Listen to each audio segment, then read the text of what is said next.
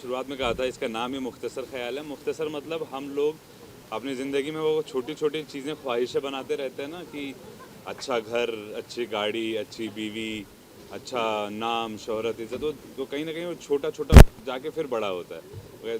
तो उसी हिसाब से ये पोइट्री की जो किताब है इसका नाम मुख्तसर ख्याल है। इसमें अंदाज शायद छोटे छोटे हैं, बट बहुत सारे फीलिंग्स, बहुत लोगों की फीलिंग्स है, ज़रूरी नहीं है कि सिर्फ मेरी ही हैं। इसमें कई ऐसी भी चीज़ें हैं जो मैंने, बहुत ज़्यादा चीज़ें इनफैक्ट ऐसी हैं जो मैंने दूसरों को देख के, दूसरों को समझ के, दोस्त हो गए, काम करने के लिहाज से हो गए, उनको देख के समझ के और लिखने की कोशिश की है। खुश हूँ कि फाइनली बुक छप गई। बहुत सालों से लिख रहा हूँ, ऐसा कोई एजेंडा नहीं था कि कभी ना कभी बुक पब्लिश होगी। जो मेरी टीम, जैसे मैंने शुरुआत में कहा कि स्पेशली शाजी का इसमें बहुत बड़ा एफर्ट रहा है कि आपकी बुक आए, वो लगी रही बातें करना बहुत सारे पब्लिकेशन हाउसेस से, उसको कल्टीवेट करके एक जगह पे लाना was a good process. We enjoyed it and वही है कि अब आप लोग पढ़िए, बताइए कि क्या अच्छा लगा, क्या बुरा लगा, क्या बेहतर कर सकते हैं। तो इंशाल्लाह अगली किताब जब भी लिखूँगा, अगर लिख पाया तो उसमें वो सारी चीज़ें को रेक्टिफाई करके फिर लिखेंगे। इंस्पिरेशन जो जैसा आपने कहा कि आम आदमी या हमारी जो रोज़मर्रा की ज़िंदगी होती है, जहाँ तक मैं समझ रहा हूँ जी जी उसकी कोई छोटी छोटी चीज़ को लेके, तो फिर भी कोई इंस्पिरेशन रहा होगा, या फिर आपने जो आसपास लोगों को देखा उस पर आपने इंस्पायर होकर लाइक यू नो। सर, मैं रिटायर फौजी हूँ। I have retired from Indian army as captain.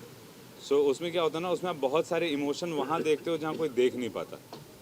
क्योंकि जब आप वॉर जोन पे होते हो या एक बटालियन के साथ होते हो ना, तो आपके साथ 400-500 लोग जो आप कर रहे हो वो भी कर रहे हैं। लेकिन उसमें डिफरेंस ये होता था कि उसका तरीका और मेरे तरीके में या हम लोगों के तरीके में कई दफ़ा फ़र्क आता था। वो फ़र्क क्यों आता था? वो कई लोग अपने घर से बहुत ज़्यादा खुश रहते थे, कई लोग शायद नाराज़ रहते थे, कभी कोई अपनी गर्लफ्रेंड बॉयफ्रेंड वाली फीलिंग से नाराज़ होता था। तो बहुत सारे इमोशंस, जब आप रात को बैठते हो ना खाना खाने, तो फौजियों का एक होता है कि एक लंबी सी टेबल लगती है जहाँ 150 लोग एक साथ बैठ के वही रोटी दाल और सब्ज़ी खा रहे हैं। उस वक्त बहुत सारे आप इमोशंस देखते हो कि किसी को खाना पसंद नहीं आ रहा है लेकिन खा रहा है। उसकी ज़िम्मेदारी वो खाना नहीं है, उसकी ज़िम्मेदारी उसकी फैमिली नहीं है, उसकी ज़िम्मेदारी उस वक्त वो नेशन है।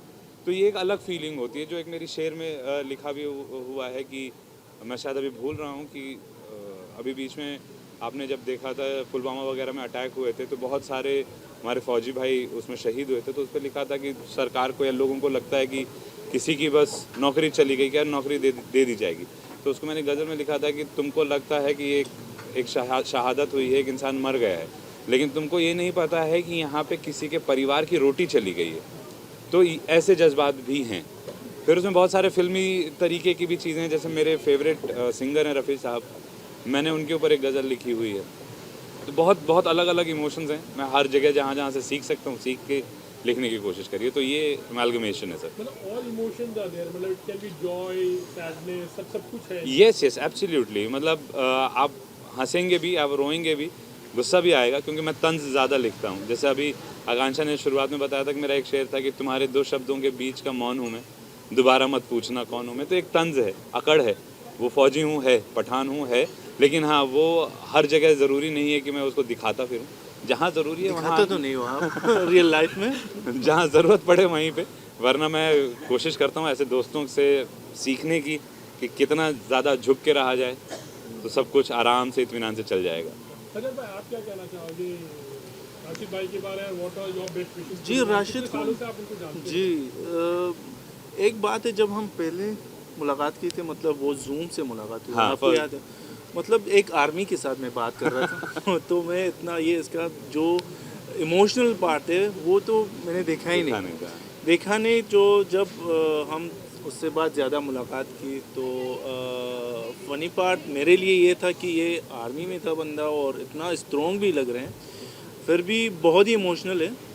और एक चीज़ जो हम देख सकते हैं, जब आपके ऑफिस में आते हैं, देखते हैं हम कि कितने लोग को आप हेल्प कर रहे हो, कोशिश वैसे सर ये कहना चाहूँगा, बहुत कोशिश कर रहे हो, मतलब इसीलिए टैलेंटेड होते हैं लेकिन एक करेक्ट प्लेटफॉर्म मिलना या कितना कमर्शियल है ये मीडियम आपकी समस्या। भाई देखो, मेरे बाएं साइड में जो बैठा है ना, वो एक बहुत कमर्शियली सक्सेसफुल एक्टर है। तो आप उससे अंदाज़ा लगा सकते हो कि एक कमर्शियली सक्सेसफुल एक्टर जिसकी वो छाप इस इंडस्ट्री में बहुत बहुत स्ट्रांग है, अगर वो इंसान पोइट्री सुनने आया है तो कुछ ना कुछ तो होगा। और आप हर चीज़ को कमर्शियली नहीं आंक सकते। एग्जाम्पल के तौर पे बहुत बड़े शायर गुजरे हैं, जॉन एलियट साहब, वो कमर्शियली कभी सक्सेसफुल हुए ही नहीं। कोई भी शायर इनफैक्ट आज तक कमर्शियली सक्सेसफुल नहीं हुआ है, वो चाहे गालिब थे, चाहे मीर साहब थे, चाहे आप जॉन एलिया कह लीजिए। वो अपना, उनका वो फ़न था, वो लिखते थे, उनको कहना था, वो कह गए। उनके जाने के 50-100 साल बाद एक बहुत अच्छे रैपर हैं और राइटर हैं, रफ्तार, उन्होंने जॉन एलिया साहब के बारे में जब फिल्म बन रही थी उस पर लिखा, उसमें एक लाइन थी कि मैंने तुमको सुना है, नहीं मंटो साहब के बारे में इनफैक्ट लिखा था कि मैंने बरसों सुना है तुमको मंटो, मैं तो बनना चाहूँ तुम सा। तब वो एक अलग दायरा है। तो ये कमर्शियली तो कहीं भी नहीं जाती भाई, ये कमर्शियली शायर नहीं होते। तो ये भी कहना चाहूँगा, जैसे जावेद अख्तर साहब हैं, बॉलीवुड से जुड़ाव होना वो कितना मायने रखता है, क्योंकि सर भी एक्टर हैं, और इंडस्ट्री का नाम आना, इंडस्ट्री से जुड़ना वो कितना ज़रूरी होता है, अगर पहचान भी बनानी हो, अगर पैसे की बात ना की जाए तो। सर देखिए, ना तो ये कमर्शियल एक्टर है मेरे लिए, ये मेरा दोस्त है। अगर मैं एक्टर को बुलाता तो शायद एटलीस्ट 30 तारीख को तो वो नहीं आता। आई एम 100% श्योर, बिकॉज मैं इस फ्रेटर्निटी में हूँ, तो 30 तारीख को नहीं आता अगर वो एक्टर होता तो। आई एम श्योर वो अपने क्राफ्ट के लिए बहुत अमेजिंग है, लेकिन वो यहाँ पे जिस वजह से है वो दोस्त की वजह से है। और जिनका रेफरेंस सर आपने दिया है ना, वो पहले शायर, वो इतने बड़े शायर के बेटे हैं जावेद साहब। फिर उन्होंने कई बरसों तक पहले फिल्में लिखी, फिर वो गाने में। अगर आप सोचो कि अगर वही चीज़ होता तो सलीम साहब भी शायद गाने लिख देते, उन्होंने नहीं चूज़ किया। तो शायरी शौक़ है, शायरी बिजनेस या प्रोफेशन नहीं हो सकता सर। लास्टली ये कहूँगी कि आम लोग की ज़िंदगी में कितना डिफरेंस लाता है, जैसे आप अपने ख्यालात को व्यक्त करते हैं किताब के माध्यम से या ऐसे, तो कितना ज़्यादा डिफरेंस ला सकता है एक आम आदमी की ज़िंदगी में? फिर क्या सर ये तो देखिए वो इंसान पे डिपेंड करता है कि कौन सी चीज़ इंसान को कब भा जाए, वो फ़र्क नहीं पड़ता और बहुत ज़्यादा इम्पॉर्टेंट नहीं होता। इम्पॉर्टेंट ये होता है कि मैं भले इम्प्लीमेंट करूं या ना करूं उस शायरी को, उस शेर को, उस गज़ल को, क्या मैं उस फीलिंग को समझ पा रहा हूं। वो जो इंसान फीलिंग समझ लेगा ना, मेरे हिसाब से वही वो क्रक्स जिसको कहते हैं ना, एक उसके किसी चीज़ की अगर व्याख्या करनी हो तो उसका सारांश पढ़ लीजिए। तो सारांश अगर इंसान को समझ में आ जाए पोइट्री का, वही इनफ है सर। उससे ज़्यादा वो कितना अपनी लाइफ में इम्प्लीमेंट करे ना करे। जी सर। सर मेरी गज़ल तो मुझे पता नहीं था कि मैं गज़ल लिखता हूँ। वो तो शाजी की मेहरबानी है कि शाजी ने उसको कंपोज़ किया, उसको गाया। मुझे नहीं लगता था कि मैं लिख पाता हूँ ढंग का। वो मैं बहुत ओपनली और बहुत ओपन फोरम में कह रहा हूँ, वो शाजी की बदौलत मुझे समझ में आया कि वो गज़ल है। मैं अपनी फीलिंग लिखता हूँ।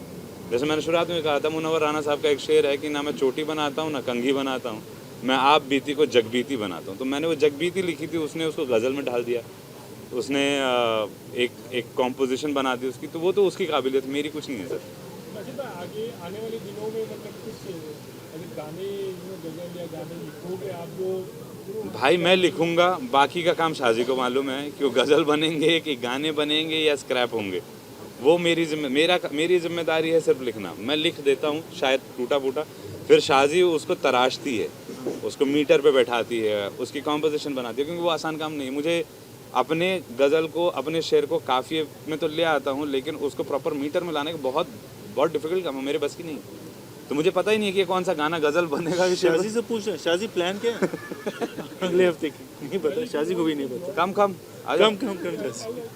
कम अरे आजा। अभी जवाब तो आपके पास है ना मैं